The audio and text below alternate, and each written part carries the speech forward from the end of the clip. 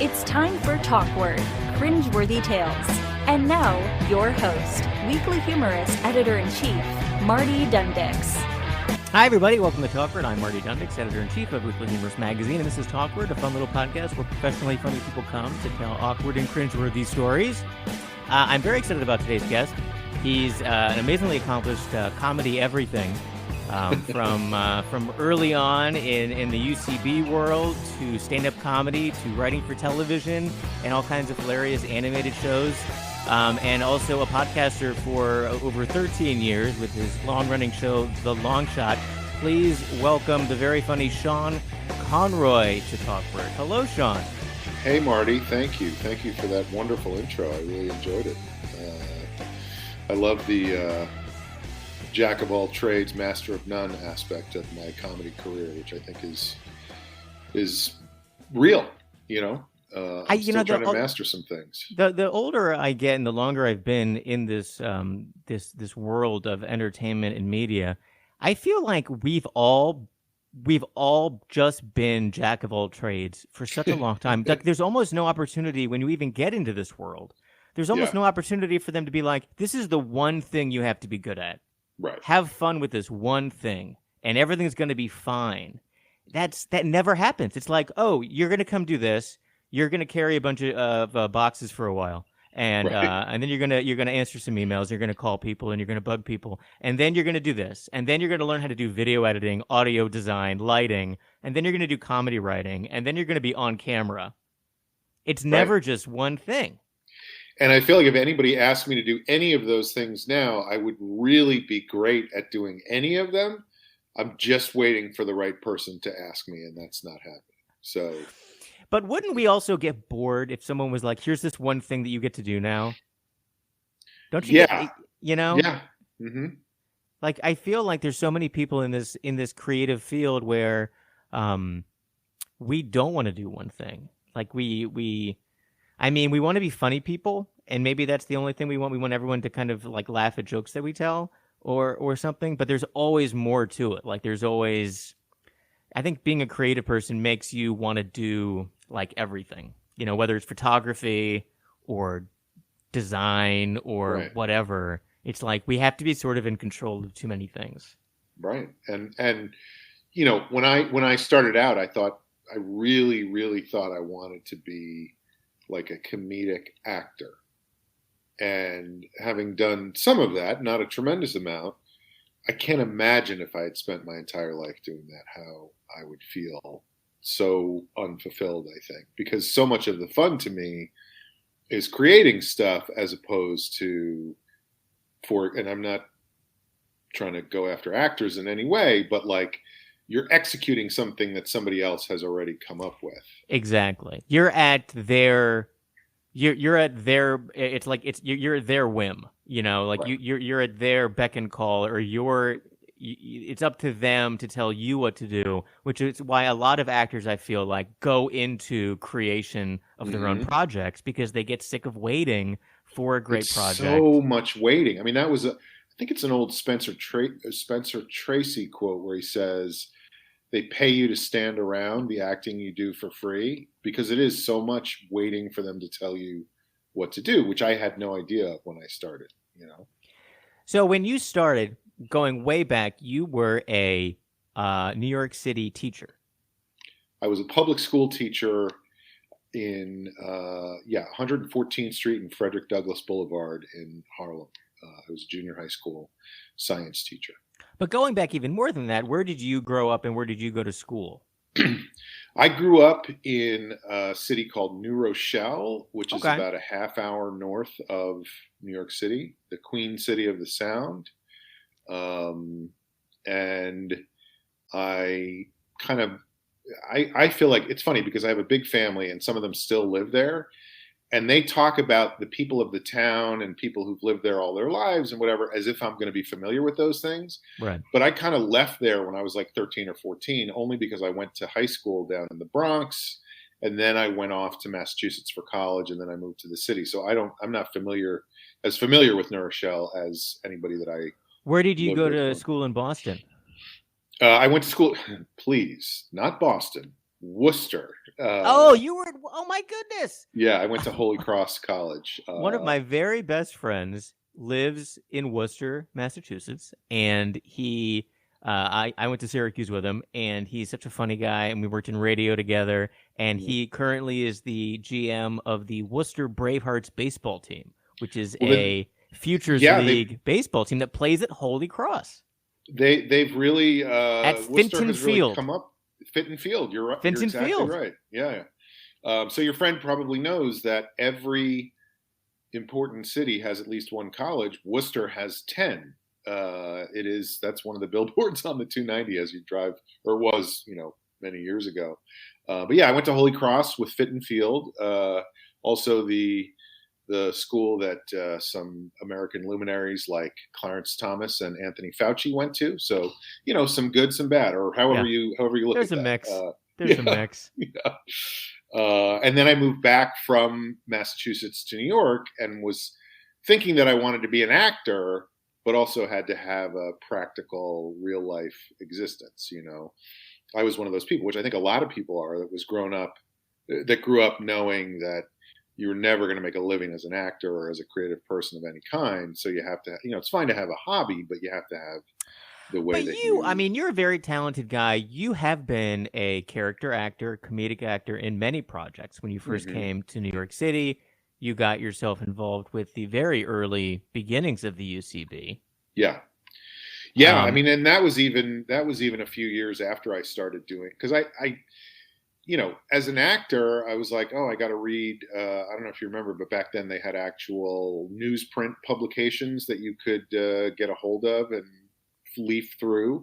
And there was one called Backstage, which had auditions in it. You could say, like, we're looking for this type of person, and you could go in and audition for it.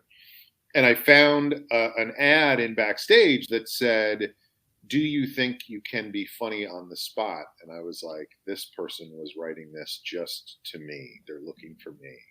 And they said, bring a photo and a resume. So I walked in with a 3x5 photograph of myself in front of a mountain in Switzerland and a resume of all the jobs I had had through college. I was a bank teller, an assistant mechanic in a garage. I worked in a pizza shop. I was a deli counter guy. So that shows you how prepared I was for an acting career in New York, that I didn't even understand what picture and resume meant when I was going on this audition. But anyway, that's how I started improvising and did a lot of that for a long time. And then UCB came to town and I really started working with them. And so for people who are, I'm sure anyone watching this is familiar with the difference between different comedies, but improv is mostly a team of people performing together. Right. And they start a scene or they start anything and they haven't scripted it out. Nothing is planned, and it's usually coming from a suggestion from the audience. And then from that one suggestion, this entire show happens. Right. Well, and to get even more into the weeds, Marty, there are two schools of improv. There's the short form improv school and the long form improv school. And the short form is where you do sort of quick games and you get a bunch of suggestions from the audience, and then you do a scene for 5 or 6 minutes, then you end that scene, and then you do another scene, like Whose Line Is It Anyway? Whose Line would be short form games. Correct. Right. And then there's long form, which is you take one suggestion from the audience and you go for half an hour or 40 minutes or 45 minutes and just create as you go along. And so I had done a ton of short form, which I really enjoyed when the UCB came to town and they were doing long form. And I saw one long form show of theirs and it was like a mind blow. Like I was like, you can do that? I want to do that. And that's when I started working with them. It's an amazing thing to watch. I've always been in awe of it, and I've always been a huge watcher, but not participator of the improv. Like I've been in New York for 20 years, and I spent all of my aughts, hanging out at shows at the UCB next to the Christidis. Oh yeah. Going to the Very Ass familiar. Cats, going to all those, sitting there with the PBR. It was the cheap beer was the PBR. You could sit there. You're bringing back so many memories, Marty.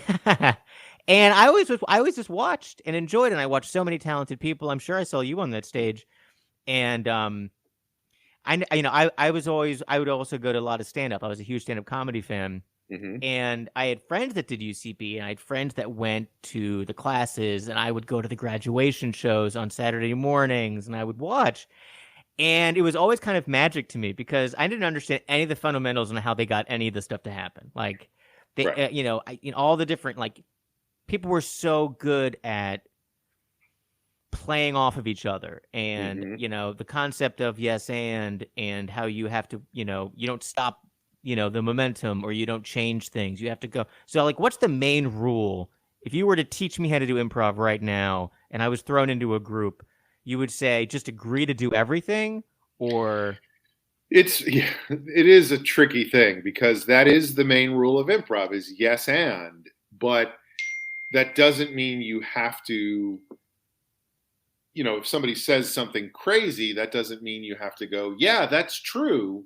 You can yes and the reality that this is where it gets so, it takes, that's why classes exist, is because you have to go through this a bunch of times.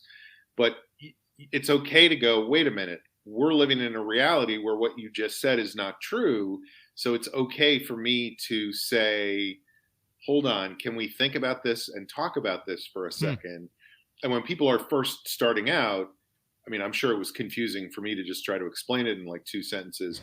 But when people are starting out and they're told you have to yes and everything and agree and move forward, it confuses the hell out of people. And people get so caught up in the worst thing you can do when you're improvising, which is thinking about what the next right thing to do is, yeah. So, I mean, if I was to tell somebody if they were going to start improvising thrown into a group of people, my first thing would be just listen carefully to what everybody's saying and what they mean and what's implied and what's there, and use that. It's like a trust circle come to life Yes, with jokes. exactly. And It's a like lot of falling. You got to catch Yeah. people when they're constantly falling, Right. and saving them, and then moving things along. I'm Right. always impressed with the person that picks who is the one who says, and like does who says this is over now at that joke, and then they run across the scene as a way to change scenes. When they do the little jog, they do the The jog. sweep edit, we call that the sweep Yes, edit. the sweep edit. I And like. editing is hard because people are killing on stage. They're doing so well, and you're on the back line, and you're like, are they going to be mad at me if I end this scene? Like, Yeah. it's a thing that takes a while to develop. You wait for that. You're like, they're not going to get a bigger laugh than that Right. laugh. You Over. hope you pick the right moment. Yes, Yeah. you want to edit it Because you want to be out on top. You want to wait until they get to that on top moment. The worst thing is when you go past that moment and then they keep going and they have nothing, and then you have to edit because you've managed to allow them to suck all the life out of the show. Yeah. Which happens. Show is over. Like. Yeah. Right. So you're doing the high school. You're a junior high science Junior teacher. high school. Yep. And you are at the same time doing comedy at night. Right. So you're doing the high school science teacher or junior high school science teacher thing while performing at UCB? Well, no, I was out of teaching by the time. So I taught for 6 years. Okay. And I was working with an off-Broadway show called Chicago City Limits. I was in their national touring company. Now, you might think it's a bit of a conflict to be a full-time public school teacher and to be in the national touring company of an off-Broadway show, and you would be exactly right. So what I would do is I would teach all week. I was also in graduate school at the time and running an after-school program every week. So but I would teach all week. How did you do all of this stuff, Sean? I was in my 20s. I didn't know any different, It was just like, and then I would do shows. We would have shows in town on Monday nights and out of town on Saturday nights. So I'd work all week. Saturday morning, I'd get up and fly to Michigan or Illinois or Ohio or wherever, do a show Saturday night, fly back on Sunday, go to work on Monday morning. It was insane. And eventually, obviously, I had to make a choice. And the choice was, do you want to continue to make a decent living as a school teacher, or do you want to take a chance and go comedy full time? And obviously that's what I chose, and I've been regretting it ever since. No, I'm kidding. So you jumped in full and you did the comedy. And when did you get yourself involved with the UCB folks? That was like it was like a year later that they came to town. I think it was a year after I stopped teaching that UCB showed up in town, and I was still working with that other group, because the other thing was, with that other group, that off-Broadway show, if you were in the National Touring Company, you could have the opportunity to be promoted to the off-Broadway show and get to do 6 shows a week and make your living as a performer in New York City. And that was kind of my dream. And then I started working with UCB, and I basically got into the resident company, got my shot, did it for a week, and was like, I don't enjoy this anymore.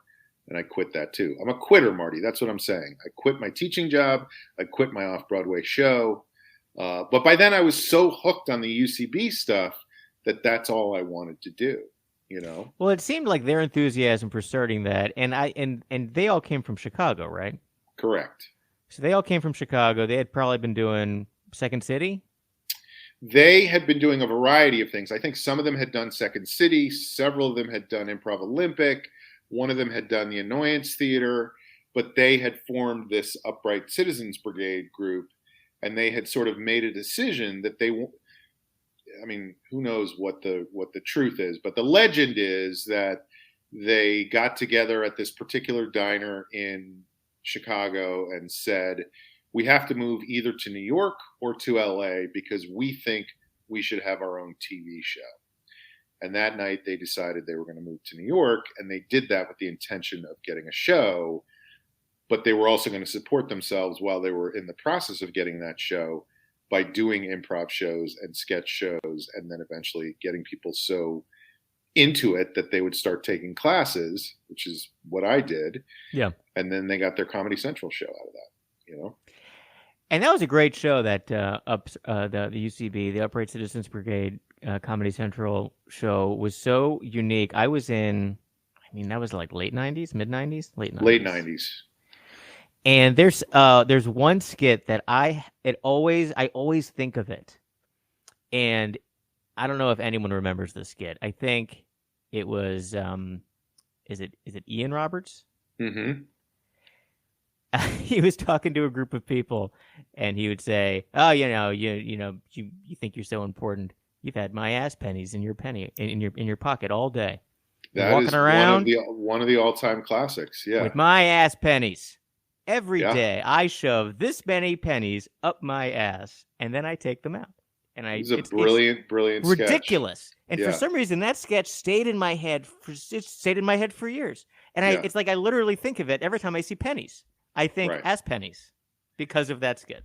It's a brilliant sketch because it's really it's done in such a way that you look at it, and if you pick it apart, you can see the mechanics of how a sketch works. In that it takes a really simple idea and then applies a rule that Ian always talks about of like, if this is true, then what else is true? So if I put X number of pennies in my ass every day and then put them back into circulation over a period of, like, it's a math problem, basically. Over a period of time, how many are there in the world? How many people are touching pennies every day?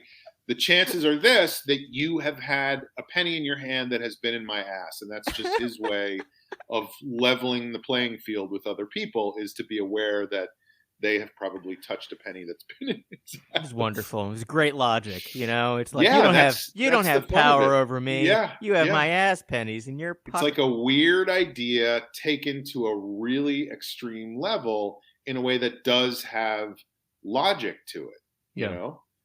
And again, to go back to that idea of yes and, it's like if somebody said, I have been putting pennies in my ass every day, there is a version of that where somebody goes, that's crazy. You need to go to the doctor and get yourself checked out because you're insane. That doesn't help the scene. Whereas if they go, why would you do that? And the person starts to explain and gives more and more logic, it becomes an all-time classic sketch. It's great. Now, I accidentally said skit instead of sketch. How dare you? I know. Now tell me and folks watching, why people do get very upset if you flip those words, because to regular, to normals, to the normies, it's like, who cares? Right. But it's not skits, it's sketches. And what is the difference and why? I think that's such a good question, and all I can tell you, well, I'll give you my own take on it, but I also feel like I would be like, don't call it a skit, call it a sketch, but I don't really know why. It just bothers me, you know? And I think one of the reasons is because when I hear skit, the connotation to me is like some little thing that you and your Cub Scout troop slap together where you pretend to wear wigs and be the Beatles, or, you know, like it just feels like a minimizing term. Like, yes, you and your friends go do your little skits in the backyard. Whereas a sketch has a connotation of like you're creating. I mean, you know, sketches when you Right. really work on something and you try to like develop something and make it into something, and it has an actual image and it's an artistic choice, and you know. So I don't know what the truth is, but That's to a me, very good reason that you just gave me, though. With the using the word sketch as a drawing, I definitely, as someone who has a drawing background, I do understand that it is very different, and I think that makes all the difference. But either way, it's one of those things that was, I feel like the skit sketch thing was a thing that belonged on Twitter before Twitter existed, where it's like, who really cares? And yet people, myself included, would be like, don't call it a skit. It's a sketch, you know? So You're when not you first, taking what I do seriously. you're definitely, absolutely, your little skits that you do on your weekend trips with your little church group. Right. Yeah, totally. Right. Absolutely. No, you're right. So And when by you the way, started, we did have, our theater was in the basement of a church, just so you know, that show that I was in the National Touring Company. there you It go, really the was. National Touring Company. Mm-hmm. Well, also, now that we're talking about the improv a little bit, there is the Groundlings, there is Improv Olympic, there's Second City, there's UCB, Mm-hmm. and how are the methods of improv of different theaters like that different? I think that's a really. Are I they think like that's a different really, languages of comedy?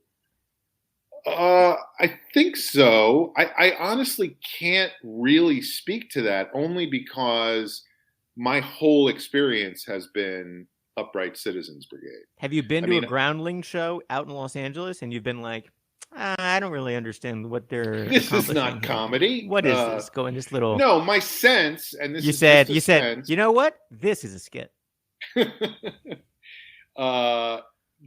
There's a whole, again, it gets very confusing and very into the weeds, but there's a whole philosophy underlying what happens at the Upright Citizens Brigade, which is the game of the scene.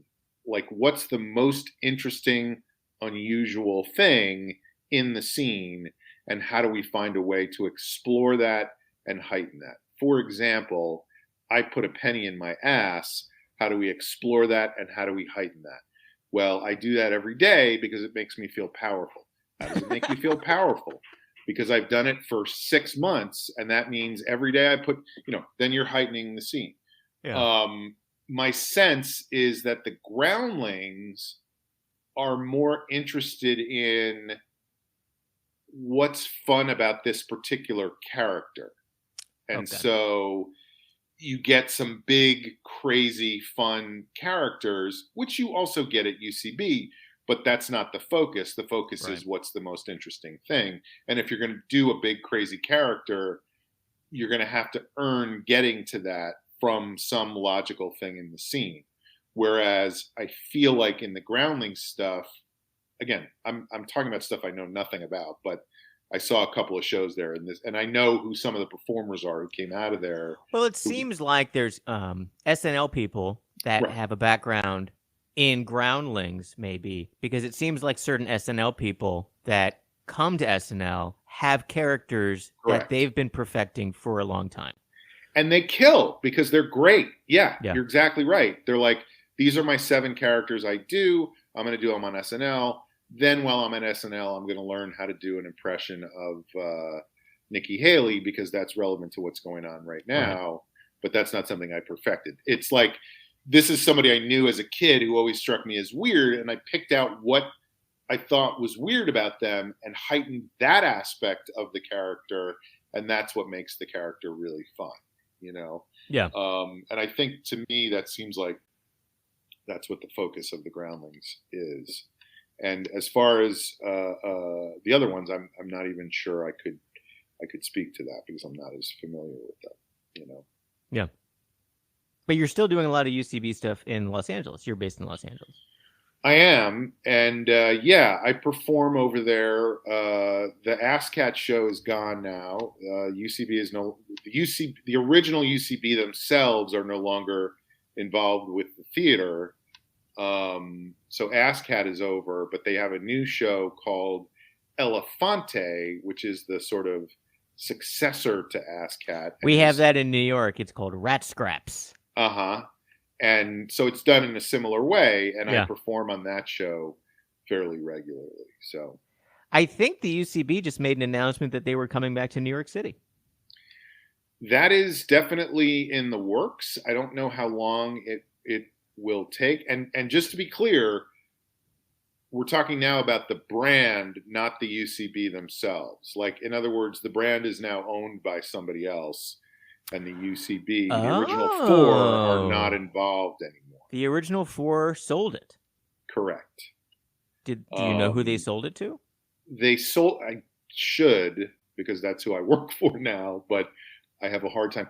They sold it to a couple of different entities. And I can tell you that one of them is a hedge fund that also owns at least part of the Los Angeles Dodgers. And that really makes me laugh, because my concept of hedge funds is that they are all about making money. And my concept of improv is that it is all about not making money. So the idea that somebody who wanted to make money would go out and get a hold of an improv theater, I mean, maybe they see something that I don't see. So I hope it works out for them. Well, that's what I always kind of wonder too. Also, people, these large, big conglomerates will come in and they'll buy newspapers, and they're like, and then a year goes by, and then like maybe the newspaper goes out of business or they fire everybody, and they're like, well, it was losing so much money. It's like, well, that's because people that own newspapers are crazy rich people that just lose money every year, and it doesn't matter because owning publication things never makes any money. It's about owning influence. It's not about owning something that's going to make money. It's about something that you buy something and then you can tell people to do something and then whatever. Right. But like the newspaper doesn't make any money. So, but with UCB, I mean, the UCB system, like the comedy world, it's a comedy machine. So the UCB classes make a ton. I mean, a lot of people take these classes. Right. And they want to learn how to do comedy. Like, there's no comedy college necessarily. No. Like, there's a couple of small I think colleges. there is like a program in a couple of places at this point. Right. At this point, there are places. Like, I remember, I think, like Eugene Merman at... That's the famous one, is that he designed his own major and made himself a comedy major, which I'm like, why didn't I think of that, Exactly. Brilliant. It is brilliant. But I mean, UCB has a legitimate system of teaching comedy, at least teaching comedy in a way that's like repeatable, and getting people honed to a point where if they have a talent, they can find the talent and refine that talent, and if they really want to keep at it, there is a system, or at least there was a system where you would be seen often enough that the right people would be at those shows who were casting directors, agents, Lorne Michaels, people doing TV stuff. Steve Spielberg, I call him Steve because we're on a first name basis. That's so nice for you. Look at you, Mr. Big Time. Yeah. Los Angeles. But I mean, that's not hard to, that's not easy to come by, building a system like that. So all these places now, because UCB disappeared for a while, and then in their absence, a bunch of little places did pop up in New York City, at least. There's a couple of places that had a lot of ex-UCB people that popped up. There was the Squirrel Theater, which is still going. There's a couple of places. There's a Brooklyn Comedy Collective. There's a couple of little places that do lots of little comedy. A lot of them are at this place called Caveat, which is in the East Village. Great theater, really nice. Good. I've heard of Caveat, yeah. It's nice. But, nothing kind of is the same to me because I'm old as that feeling of being in that dangerous. Well, no, there's Asylum took over the space that's that's next to the Christie's, but that officially closed finally. I think the city They're made them knocking it all close. down or something, right? Aren't they building condos there or something? Yeah, they're knocking all that down. The world That was is kind of changing. a death trap of a place anyway. Yeah. But fun. Back at it with affection, but yeah, it was a nightmare. And it smelled kind of weird. Yeah, kind of had a smell. There was always stuff going on there. It was, yeah. There's And always the pillars were in the way. You couldn't There was see. leaking. There was water stuff happening. They had all kinds of stuff. Plumbing. But I think, I don't want to get into all the ins and outs of all the business stuff and what went on and all that stuff. But because first of all, I don't even know all of them, but you're right about the UCB school and how it sort of became an institution. Yeah. And I think a lot of people, I think two things. I think a lot of people don't realize how much focus and determination and work it takes to build something like that up over time. Yeah. And I think that is to the great credit of the UCB themselves, is that because I was in New York, like I said, for 7 or 8 years before they came to town. Yeah. And there was nobody saying, we're going to help you get on stage. We're going to make things easier for you. We're going to give you a space to perform. We're going to produce your show. When I started improvising and wanted to do my own improv show, I had to wander around New York and find a theater, which I eventually did, a black box that would let me perform at 11 p.m. on Friday nights, that I had to rent for $250 a week, that I hoped I would get enough people in to sort of break even. And I cut costs by having my 14-year-old brother at the time work the door and my parents sell cookies at the door, which they both had real jobs. And what were they doing at 11 o'clock on Friday night, coming into the city to help me out with this little show that I was doing? But it was all stuff that I had to do myself. And when UCB came to town, they started providing this opportunity for people in an incredible way that I had never seen before. But I think over time, that started to really get taken for granted, that of course I should be allowed. And then it got into this whole thing of whether people should get paid for shows, and, became a whole thing. It became a whole thing. And I understand everyone's viewpoints on everything, but to build a place where people knew to go there. Yeah. It had a reputation. You got a stage to perform on. Like they gave you an audience and a place. And that didn't exist. Right. And that's that's great. And, there's other places that have tried to do the similar thing. And that's great, too, that there's many places to do that kind of stuff now because of what UCB did to get it going, to provide like a comedy haven for, people to go and perform and learn a craft, and then get to perform on big shows on the weekends and stuff. It was fun. Right. I loved him.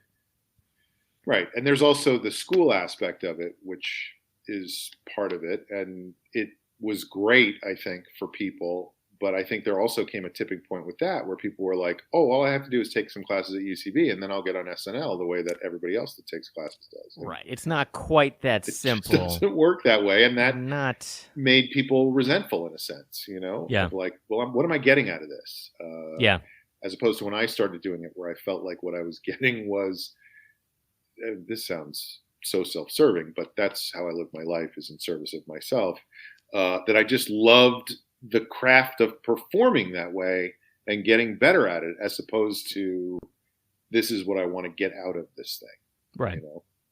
And that kind of went. I mean, people can, they gave people an opportunity to shine if they wanted to work hard and have a place to go and then use it to their career benefit and then leave if that's one. Like when I was in just starting out in New York, I got a job. I was working at Letterman. A lot of fun people working at Letterman. A lot of stand-up, a lot of comics, a lot of writers, and improv hero Ben Schwartz was there when I was there, and he had just started doing UCB, and he was doing a show called Rejected Jokes, where a lot of the people that I was working with were writing monologue jokes for Letterman, because they were pages and they were part-time people like me in the audience department, and they knew people that would be able to get the jokes into the writer's room, and then they would get accepted or not. So a lot of the people that worked there were doing that a lot. They were getting jokes in. And then Ben made an entire show at UCB called Rejected Jokes. So it was just the jokes that he had been writing that were rejected. So we made a whole show about that. So we took all of this content that he was creating that wasn't going anywhere, and he created this whole thing for himself because of UCB. Caught on, became a huge thing. You know, he got tons of opportunities. Turns out that Ben Schwartz guy has some pretty good ideas from time to time. Yeah, right? Like, I mean, he got a start. He found a platform. He learned got to kind of, work things out, and then explode huge and full of talent, tons of projects, amazing stuff. And that's just like, that happens for some people. It doesn't happen for everybody that does it, but it happens enough that people go there with this high hope of possible, huge fame and glory and all that stuff. But it's a lot of hard work. I still hope I can emulate Ben and get on. I want to be on Parks and Rec, and we'll see. I think you'll get there. I hear I don't know. that We'll see. They're looking for a Sean Conroy type to be on. Yeah. So you've been at a podcast on for 13 years now called The Long Shot. Oh, first, I also wanted to talk about your one-man show. Okay. Tell me about the one-man show. And you did the one-man show at with an HBO comedy festival? The HBO Comedy Festival, which used to be a thing, is no more. I wrote a show, and it was just a show about my experiences as a teacher. I talked about what it was like to go into a school as a white dude who went to Holy Cross College in Massachusetts and, went into this all black school in Harlem, and what that was like my first year.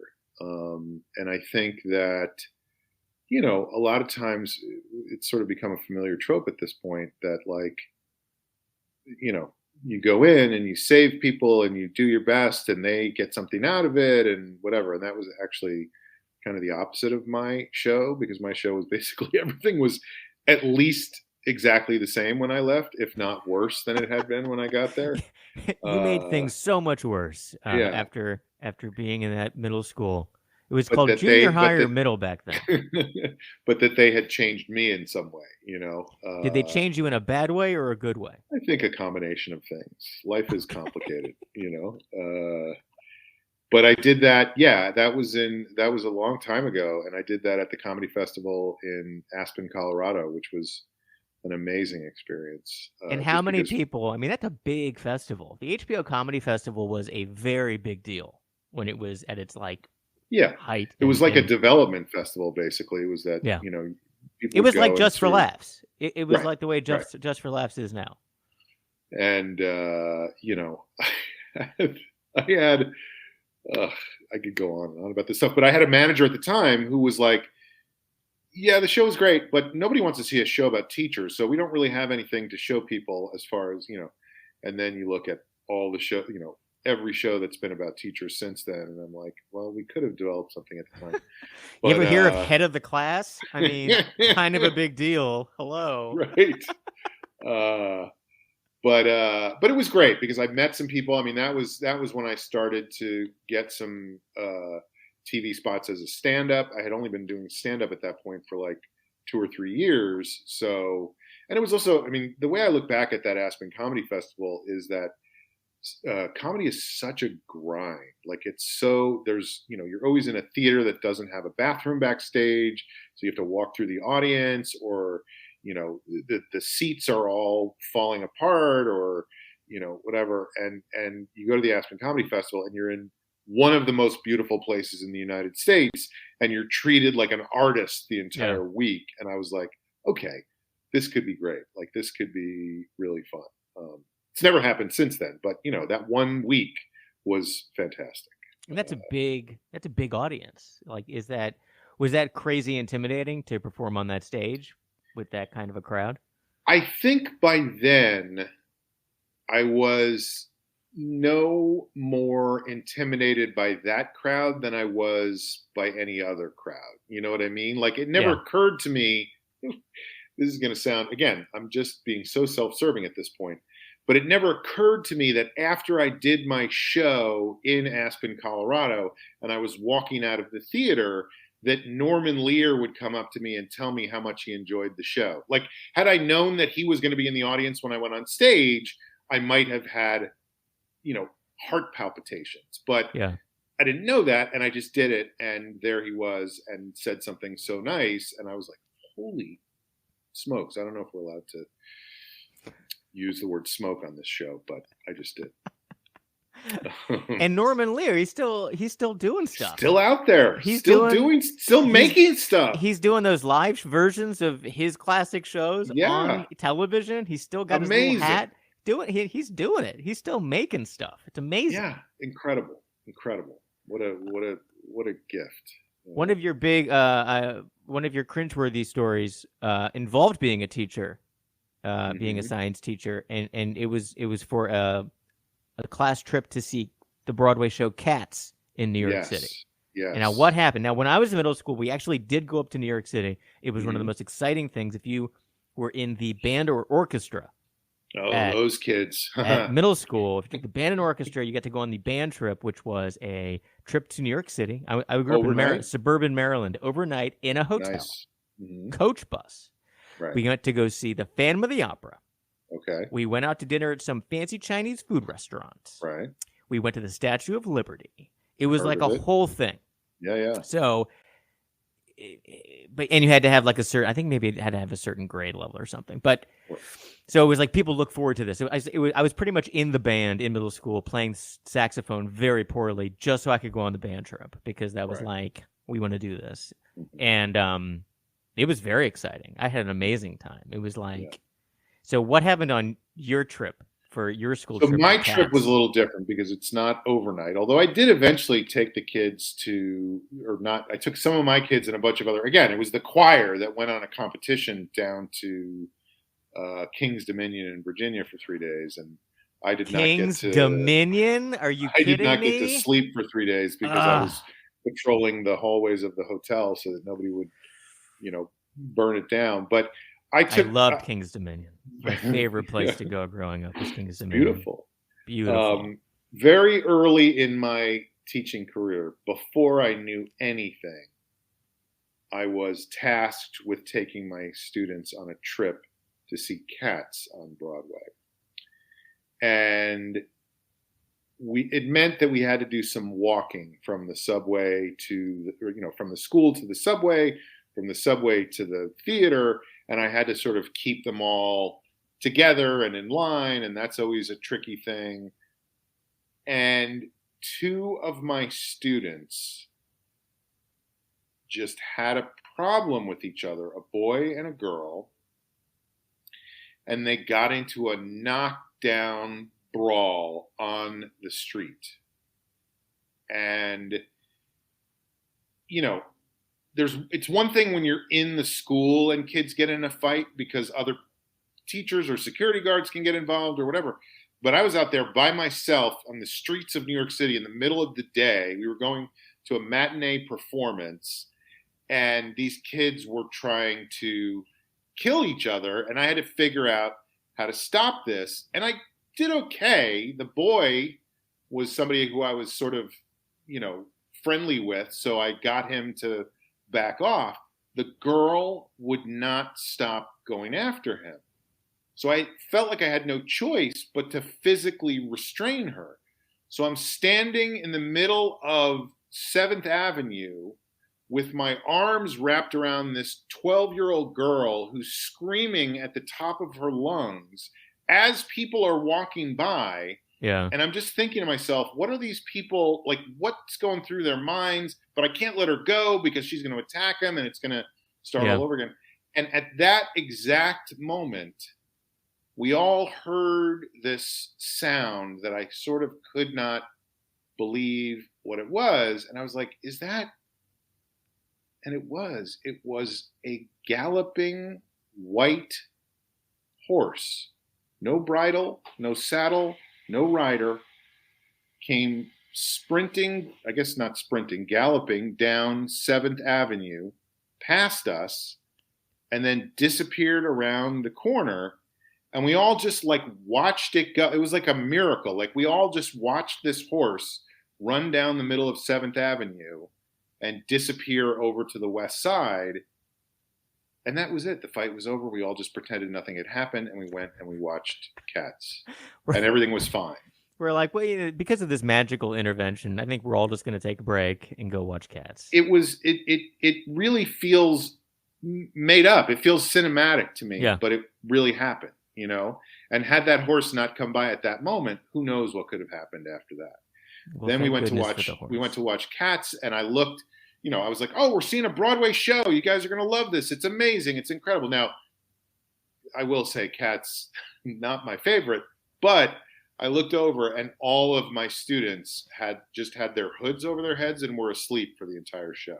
You know? Oh, come on. There's magical Mr. Mistopheles. There's memories. It is a weird show. It is a weird show.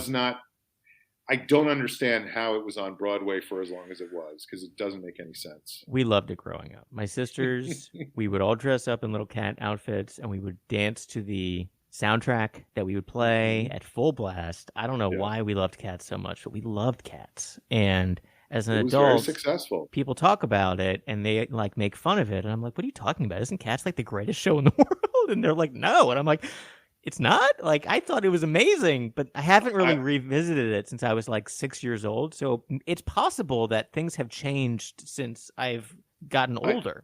I guess, but I also, like, I went back just not long ago, right before this whole pandemic thing started. I was trying to develop another one-man show, and I was coming up with stuff that I would put in the show. And this is one of the stories that I felt like was fun to talk about.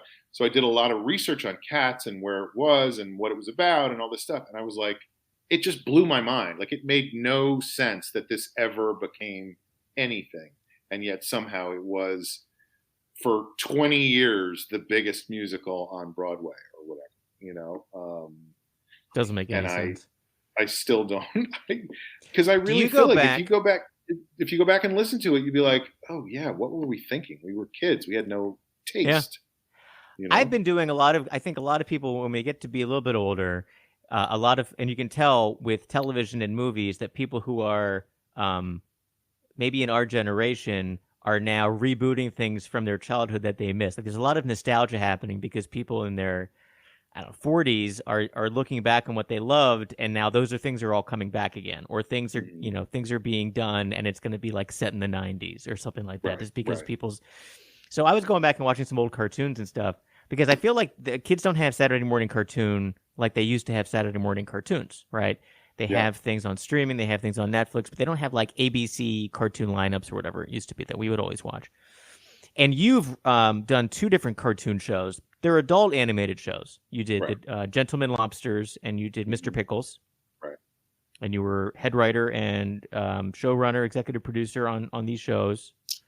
Yeah, and got to do voices on both of them too, which was really fun. I just binged watched Gentleman Lobsters. If anyone's watching this and listening to this, you got to go watch Gentleman Lobsters because it's so funny. Where did you find it? On GQ. Yeah, okay.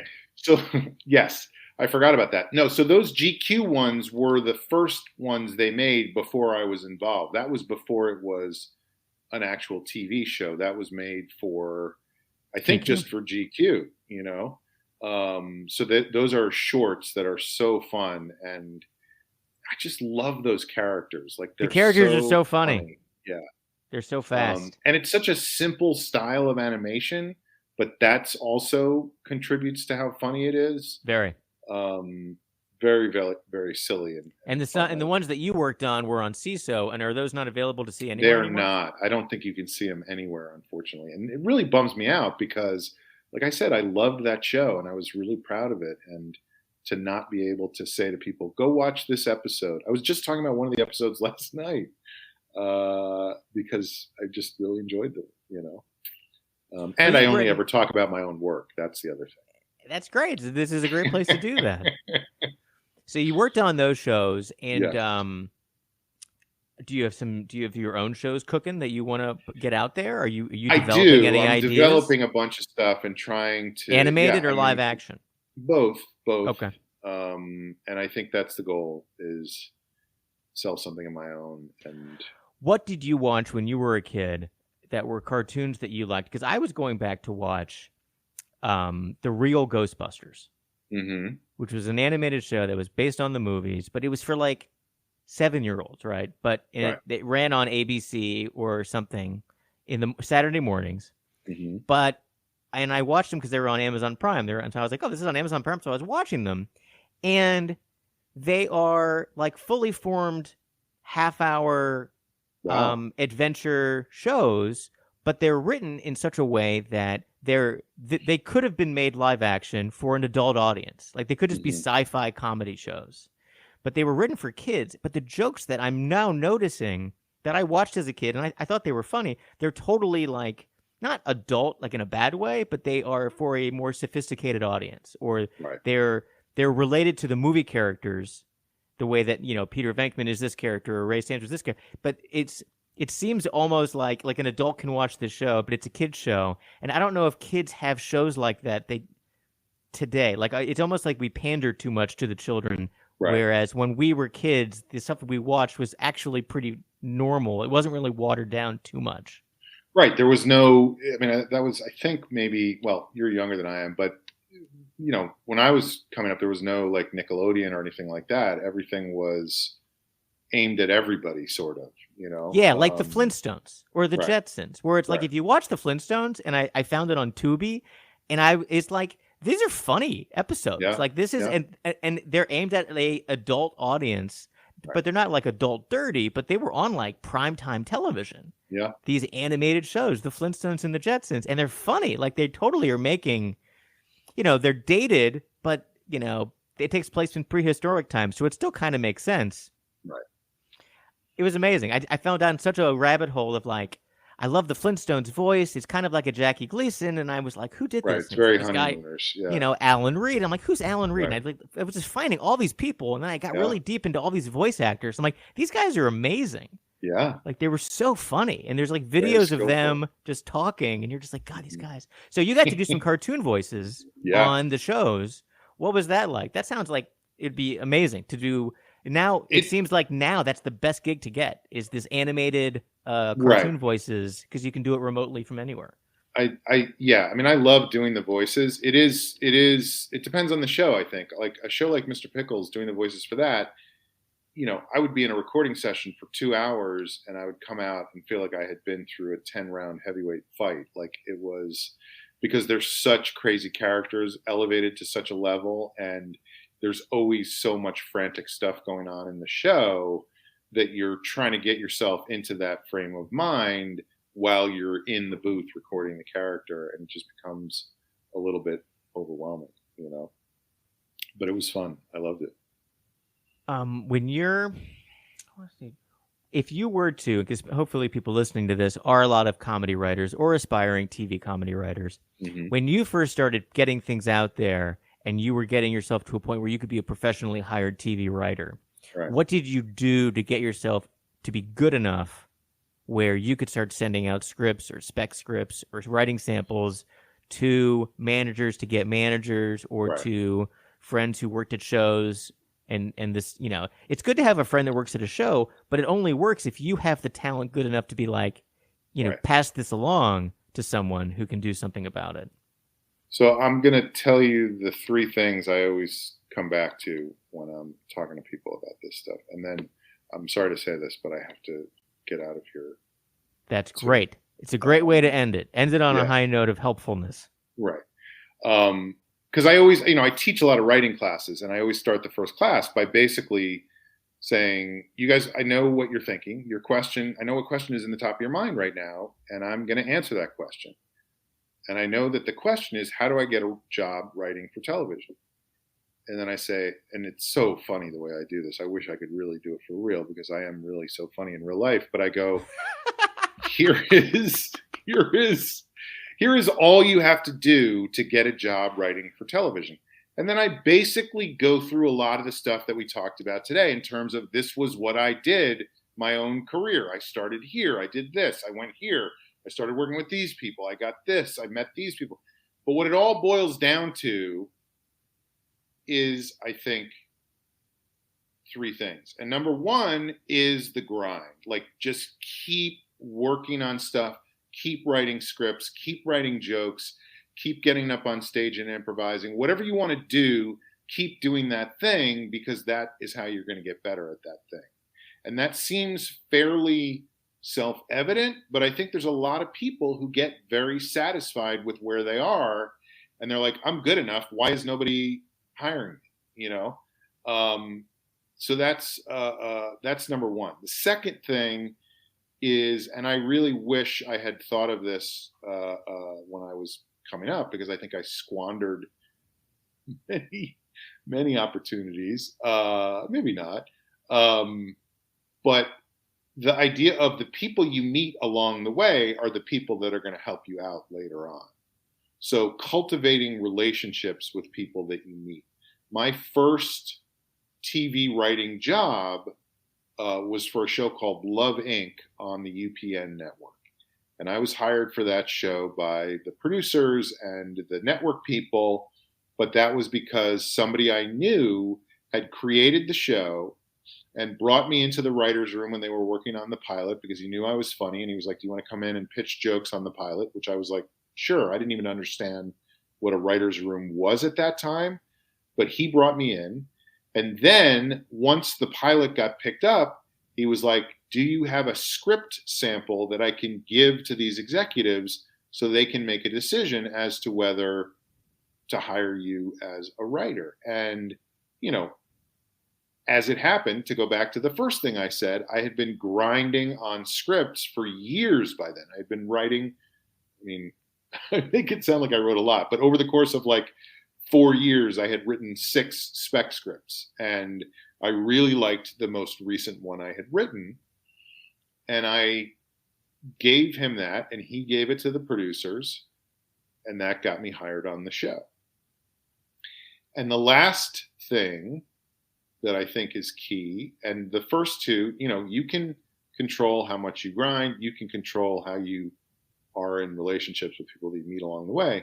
The last one is to realize that there's also always a luck factor, and there's nothing you can do about that except be ready for when luck comes your way by grinding and cultivating relationships. Yeah. So I think those are the three things. Have the writing ready to go. It's not like, I have to go home and write a script now because I made this connection. It's like, no, you should have already I'll have had it to you 6. by Monday. Right. Yeah. I feel like that's a whole thing that people do, where they go, this guy said he wanted a script, so I have to have it done in 48 hours. And it's like, okay, good luck. You're not going to you're going to have garbage with that. Yeah. Well, that's great advice. Thank you so much, Sean Conroy. I really appreciate you chatting about comedy. There's a bajillion things that I could talk to you about. I know. I feel like I want to keep going. I wish I could, but there's always you can always be on the podcast again, because I would love that. Can do that. I really would. And if people want to listen to Sean talk for at least an hour every week, they can tune in to the Long Shot podcast. Available at all podcast places and on my YouTube channel, which is called Sean Conroy Gets Happier. A lot of people watch it on YouTube, which is funny to me. The Long Shot, which has been running for 13, it's America's favorite audio diary. Thank you. Yes, Marty, that's exactly right. America's favorite audio diary. What does that even mean? But we have fun. It sounds great.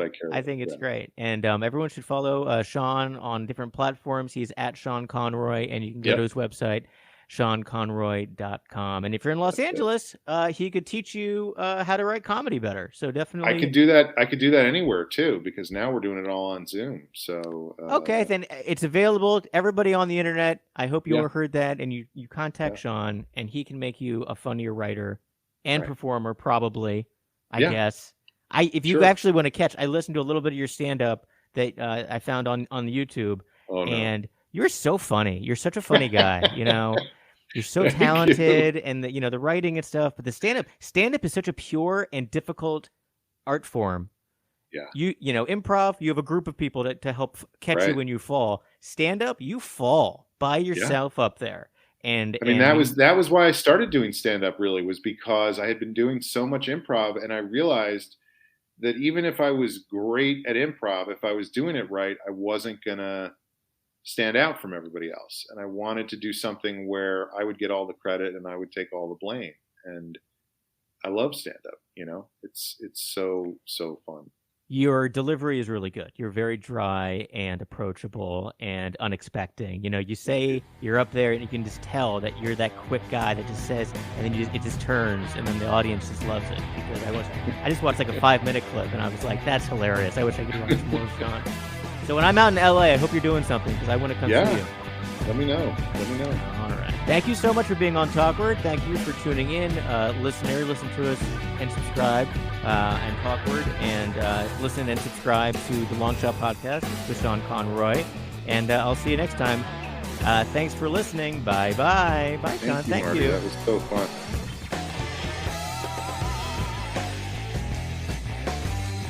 Thanks for listening to Talkward. Please subscribe, follow us, and visit weeklyhumorist.com.